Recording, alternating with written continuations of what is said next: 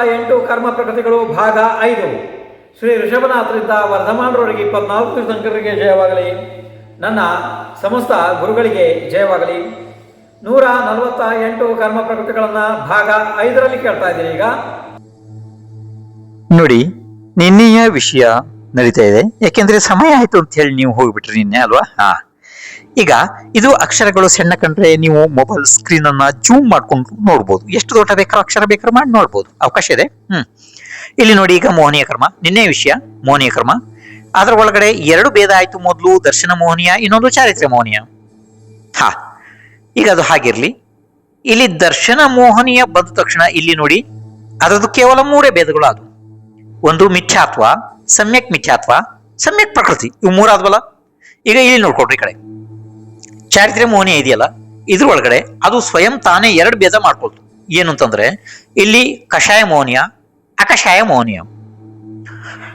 ಕಷಾಯ ಮೋಹನೀಯದ ಒಳಗಡೆ ಇಲ್ಲಿ ಅನಂತಾನುಬಂಧಿ, ಕ್ರೋಧ, ಮಾನ, ಮಾಯ, ಲೋಭ ಇವು 4. ಅಪ್ರತ್ಯಾಖ್ಯಾನ, ಕ್ರೋಧ, ಮಾನ, ಮಾಯ, ಲೋಭ ಇವು 4. ಪ್ರತ್ಯಾಖ್ಯಾನ, ಪ್ರತ್ಯಾಖ್ಯಾನ ವರ್ಣ, ಕ್ರೋಧ, ಮಾನ, ಮಾಯ, ಲೋಭ ಇವು 4. ಸಂಜ್ವಲನ, ಕ್ರೋಧ, ಮಾನ, ಮಾಯ, ಲೋಭ ಇವು 4. ಒಟ್ಟು 16 ಆದವು. ನೋಡ್ತಿದಿರಲ್ಲ, ಅವು 16 ಆದವು. ಇಲ್ಲಿ ನೋಡಿ, ಇವು ಅಕಷಾಯ ಬಂದ್ವಲ್ಲ, ಅವು ನೋಡಿ ಇಲ್ಲಿ ಹಾಸ್ಯ, ರತಿ, ಅರತಿ, ಶೋಕ, ಭಯ, ಜುಗುಪ್ಸ, ಸ್ತ್ರೀ ವೇದ, ಪುರುಷ ವೇದ, ನಪುಂಸಕ ವೇದ. ಎಷ್ಟಾದ್ರು? 9 ಆದವು ಅಲ್ವಾ? ಈಗ ನೋಡಿ, ಇಲ್ಲಿ ದರ್ಶನ ಮೋಹನೀಯದ್ದು 3. ಇಲ್ಲಿ ಚಾರಿತ್ರ್ಯ ಮೋಹನೀಯದ ಒಳಗಡೆ ಕಷಾಯ ಮೋಹನೀಯದ್ದು 16. ಚಾರಿತ್ರ್ಯ ಮೋಹನೀಯದಲ್ಲಿ ಅಲ್ಲಿ ಅಕಷಾಯ ಮೋಹನೀಯದ್ದು 9. ಅವು ಎಷ್ಟಾದವು ಎಲ್ಲ ಸೇರಿ? ಒಟ್ಟು ಎಷ್ಟಾಗ್ತಾವಪ್ಪ? 28 ಆಗ್ಬೇಕು. ಈಗ ಅದರ ಬಗ್ಗೆ ಇಲ್ಲಿ ಕೆಳಗಡೆ ಬರೆದಿದ್ದಿದೆ ನೋಡ್ರಿ. ನೋಡಿ, ಇಲ್ಲಿಂದ ಪ್ರಾರಂಭ. ಪ್ರಶ್ನೆ 71. ಮೋಹನೀಯ ಕರ್ಮದ 28 ಭೇದಗಳು ಯಾವುವು? ಇಲ್ಲಿಂದ ನೋಡ್ಕೊಡ್ರಿ. ಉತ್ತರ: 1 ಮಿಥ್ಯಾತ್ವ, 2 ಸಮ್ಯಕ್ ಮಿಥ್ಯಾತ್ವ, 3 ಸಮ್ಯಕ್ ಪ್ರಕೃತಿ, 4 ಅನಂತಾನುಬಂಧಿ ಕ್ರೋಧ, 5 ಅನಂತಾನುಬಂಧಿ ಮಾನ, 6 ಅನಂತಾನುಬಂಧಿ ಮಾಯಾ, 7 ಅನಂತಾನುಬಂಧಿ ಲೋಭ, 8 ಅಪ್ರತ್ಯಾಖ್ಯಾನವರ್ಣ ಕ್ರೋಧ, 9 ಅಪ್ರತ್ಯಾಖ್ಯಾನವರ್ಣ ಮಾನ, 10 ಅಪ್ರತ್ಯಾಖ್ಯಾನವರ್ಣ ಮಾಯಾ, 11 ಅಪ್ರತ್ಯಾಖ್ಯಾನವರ್ಣ ಲೋಭ, 12 ಪ್ರತ್ಯಾಖ್ಯಾನವರ್ಣ ಕ್ರೋಧ, 13 ಪ್ರತ್ಯಾಖ್ಯಾನವರ್ಣ ಮಾನ, 14 ಪ್ರತ್ಯಾಖ್ಯಾನವರ್ಣ ಮಾಯಾ, 15 ಪ್ರತ್ಯಾಖ್ಯಾನವರ್ಣ ಲೋಭ, 16 ಸಂಜೀವಲನ ಕ್ರೋಧ, 17 ಸಂಜೀವಲನ ಮಾನ, 18 ಸಂಜೀವಲನ ಮಾಯಾ, 19 ಸಂಜೀವಲನ ಲೋಭ. ಇಲ್ಲಿ ನೋಡ್ಕೊಡ್ರಿ. 20 ಹಾಸ್ಯ, 21 ರತಿ, 22 ಅರತಿ, 23 ಶೋಕ, 24 ಭಯ, 25 ಜುಗುಪ್ಸ, 26 ಸ್ತ್ರೀವೇದ, 27 ಪುರುಷವೇದ, 28 ನಪುಂಸಕ ವೇದ. ಇದನ್ನ ಬಹಳ ವೇಗವಾಗಿ ಹೇಳಿದ್ನಲ್ಲ ನಾನು ನಿಮಗೆ. ಆ ರೀತಿ ಅಲ್ಲ, ಇದರ ಪ್ರತಿ ಒಂದನ್ನು ಮುಂದೆ ಬರೆದು ಅದರ ಅತಿ ವಿಸ್ತಾರವಾಗಿ ಹೇಳುವುದು ಇದೆ. ಪ್ರತಿ ಒಂದರ ಬಗ್ಗೆನು ಅರ್ಥ ಆಯ್ತು. ಈಗ ನೀವು ಕೇವಲ ಇದನ್ನ ಮೋಹನೀಯದ ವ್ಯವಸ್ಥೆಯನ್ನ ಇಲ್ಲಿ ತೋರಿಸಿದ್ ಮಾತ್ರ ಇದೆ, ಅಷ್ಟೇ ತಿಳ್ಕೊಟ್ರೆ ಸಾಕು. ಈಗ ಇದರ ವಿಷಯದಲ್ಲಿ ಪ್ರತಿಯೊಂದನ್ನು ಹೇಳಲಾಗ್ತದೆ. ಪ್ರಶ್ನೆ 72. ದರ್ಶನ ಮೋಹನೀಯ ಕರ್ಮ ಎಂದರೆ ಏನು? ಉತ್ತರ: ಯಾವ ಕರ್ಮದ ಉದಯದಿಂದ ಸಮ್ಯಕ್ ದರ್ಶನ ಅಂದರೆ ಸಮ್ಯಕ್ತ್ವ. ನೋಡಿ, ಯಾವಾಗಲಾದ್ರೂ ಮಹಾಶಾಸ್ತ್ರಗಳಲ್ಲಿ ಸಮ್ಯಕ್ ದರ್ಶನ ಅಥವಾ ಸಮ್ಯಕ್ತ್ವ ಬಂದ್ರೆ ಅದನ್ನು ನೀವು ಬೇರೆ ಬೇರೆಯಾಗಿ ತಿಳಿಯೋದಿಲ್ಲ. ಒಂದೇ ವಸ್ತು ಇದೆ, ಸಮ್ಯಕ್ತ್ವ ಅಥವಾ ಸಮ್ಯಕ್ ದರ್ಶನ. ಸಮ್ಯಕ್ ದರ್ಶನ ಪ್ರಕಟವಾಗುವುದಿಲ್ಲವೋ ಅಥವಾ ಸಮ್ಯಕ್ತ್ವದಲ್ಲಿ ದೋಷ ಉತ್ಪನ್ನವಾಗುವುದು, ಅದು ದರ್ಶನ ಮೋಹನೀಯ ಕರ್ಮ ಇದೆ. ಇದರಿಂದ ಜೀವವು ತನ್ನ ಸಮ್ಯಕ್ ಸ್ವರೂಪವನ್ನು ಗುರುತಿಸಿಕೊಳ್ಳುವುದಿಲ್ಲ. ಪ್ರಶ್ನೆ 73. ದರ್ಶನ ಮೋಹನೀಯ ಕರ್ಮ ಬಂಧವಾಗಲು ಕಾರಣಗಳು ಏನು? ನೋಡಿ, ಇಲ್ಲಿ ಒಂದು ಸಣ್ಣ ಸೂಚನೆ ನೆನ್ಪಿಟ್ಕೊಳ್ರಿ. ದರ್ಶನ ಅಂದ ಕೂಡ್ಲೇನೆ ನಾವೀಗ ಕಣ್ಣಲ್ಲಿ ನೋಡ್ತೀವಲ್ಲ ದರ್ಶನ, ಭಗವಾನರ ದರ್ಶನ ಮಾಡ್ತೀವಿ ಅದಲ್ಲ. ಆ ರೀತಿ ತಿಳ್ಕೊಬೇಡ್ರಿ. ಆ ರೀತಿ ತಿಳ್ಕೊಂಡ್ರೆ ಎಲ್ಲ ಬಹಳ ಹಾನಿ ಆಗ್ತದೆ. ಅದಲ್ಲ, ಇಲ್ಲಿ ದರ್ಶನ ಅಂತಂದ್ರೆ ಶ್ರದ್ಧೆ ಮಾಡುವುದು ಗೊತ್ತಾಗ್ತದಲ್ಲ. ಹಾ, ಪ್ರಶ್ನೆ 73. ದರ್ಶನ ಮೋಹನಿಯ ಕರ್ಮ ಬಂಧವಾಗಲು ಕಾರಣಗಳು ಏನು? ಉತ್ತರ: ಕೇವಲಿಗಳ, ಜಿನವಾಣಿ ಶಾಸ್ತ್ರಗಳ, ಚತುರ್ವಿಧ ಸಂಘಗಳ, ಚತುರ್ವಿಧ ಸಂಘ ಅಂದ್ರೆ ಮುನಿ, ಆರಿಕ, ಶಾವಿಕ, ಧರ್ಮದ, 4 ಪ್ರಕಾರದ ದೇವ ಪರ್ಯಾಯದ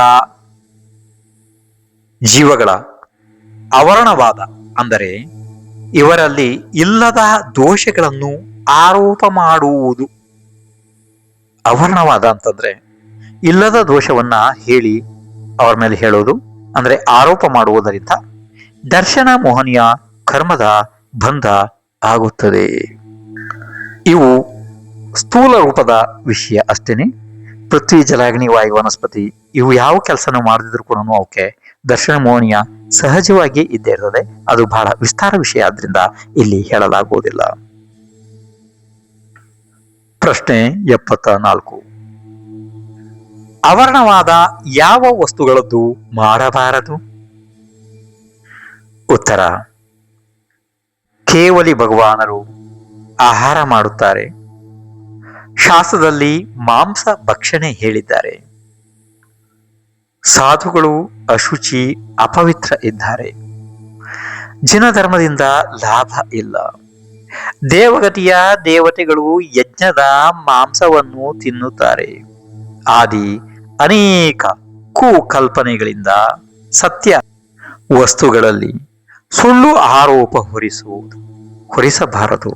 ಅಂದರೆ ಇದೆಲ್ಲನ ಈ ರೀತಿ ಹೇಳೋದ್ರಿಂದ ಬಹಳ ದೊಡ್ಡ ಪಾಪದ ಆಶ್ರವಾಗ್ತದೆ. ಯಾಕೆಂತಂದ್ರೆ ಅವು ನಿರ್ದೋಷ ವಸ್ತುಗಳು ಇರ್ತವೆ. ಅದರಲ್ಲಿ ಈ ರೀತಿ ಸುಳ್ಳು ಆರೋಪವನ್ನ ಹೊರಿಸುವುದು ನಮ್ಮ ಕಲ್ಪನೆಯಿಂದ ಇದು ಅವರ್ಣವಾದ ಇದೆ.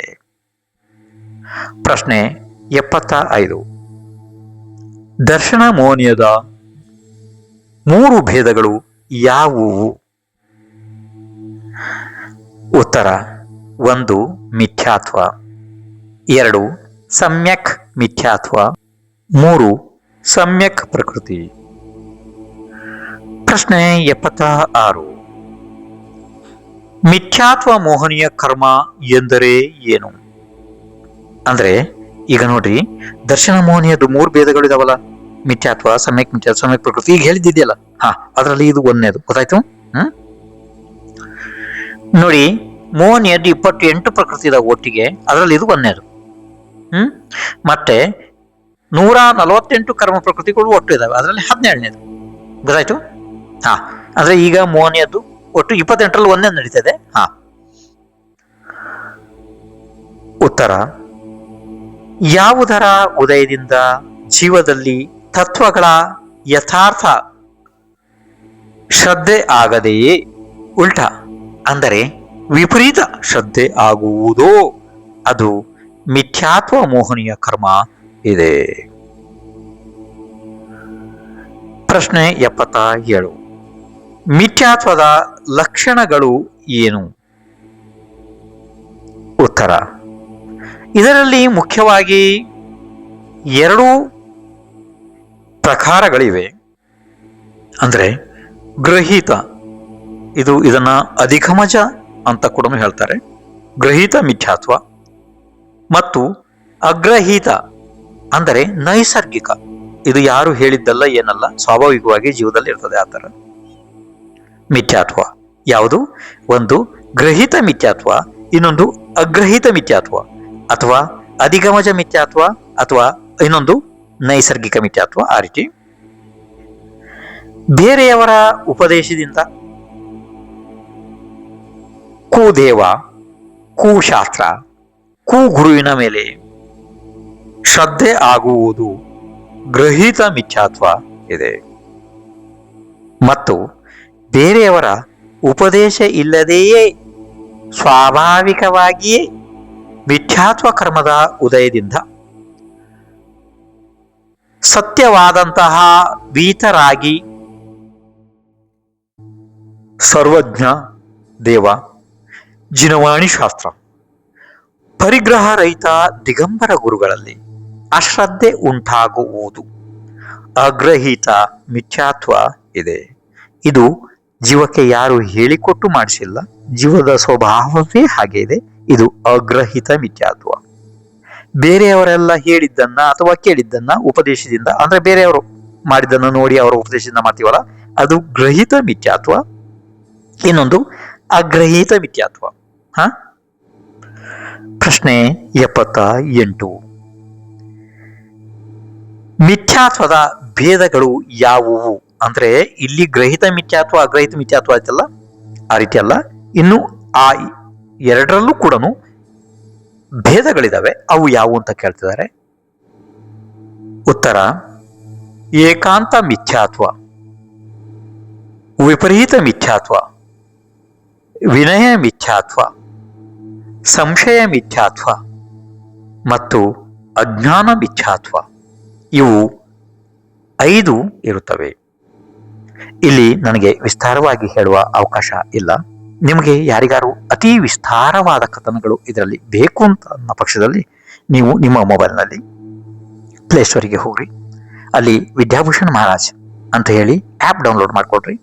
ಅದರಲ್ಲಿ ತತ್ವಾರ್ಥ ಸೂತ್ರದ 263 ಭಾಗಗಳು ಬರ್ತವೆ. ಅದರ ಒಳಗಡೆ ನೀವು ಇದನ್ನ ವಿಸ್ತಾರವಾಗಿ ನೋಡಿಕೊಳ್ಳಬಹುದು. ಇಲ್ಲಿ ನನಗೆ ವಿಸ್ತಾರಕ್ಕೆ ಅವಕಾಶ ಇಲ್ಲ. ಪ್ರಶ್ನೆ 79. ತ್ರಿಲೋಕದಲ್ಲಿ ಅತಿ ದೊಡ್ಡ ಪಾಪ ಯಾವುದು ಇದೆ?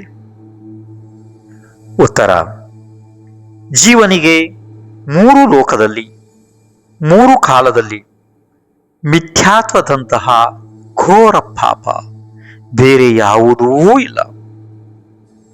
ಎಲ್ಲಾ ಪಾಪಗಳಿಗಿಂತಲೂ ಇದು ಅತಿ ದೊಡ್ಡ ಘಾತಕ ಇದೆ.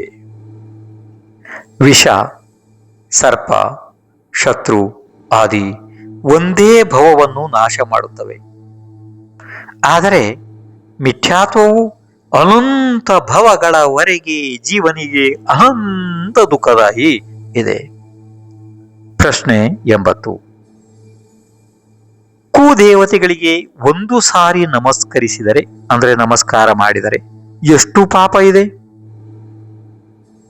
ಉತ್ತರ: ಕುದೇವ ಅಥವಾ ಕುದೇವಿಗೆ 1 ಸಲ ನಮಸ್ಕಾರ ಮಾಡಿದರೆ 1,00,000 ಪರಸ್ತ್ರೀಯರ ಸೇವನೆಯಿಂದ ಯಾವ ಪಾಪ ಬರುವುದೋ ಅದರ 4 ಪಟ್ಟು ಅಧಿಕ ಪಾಪ ಬರುತ್ತದೆ.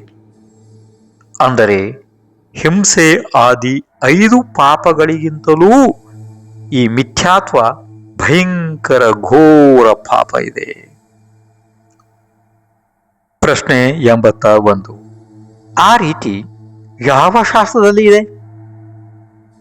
ಉತ್ತರ: ಆಚಾರ್ಯ ಶ್ರೀ ಕುಂದಕುಂದರ ದರ್ಶನ ಪಾವುಡ ಮಹಾಶಾಸ್ತ್ರದ ಟೀಕಾ ಶ್ರುತಸಾಗರ ಸೂರಿಯವರು ಮಾಡಿದ್ದು.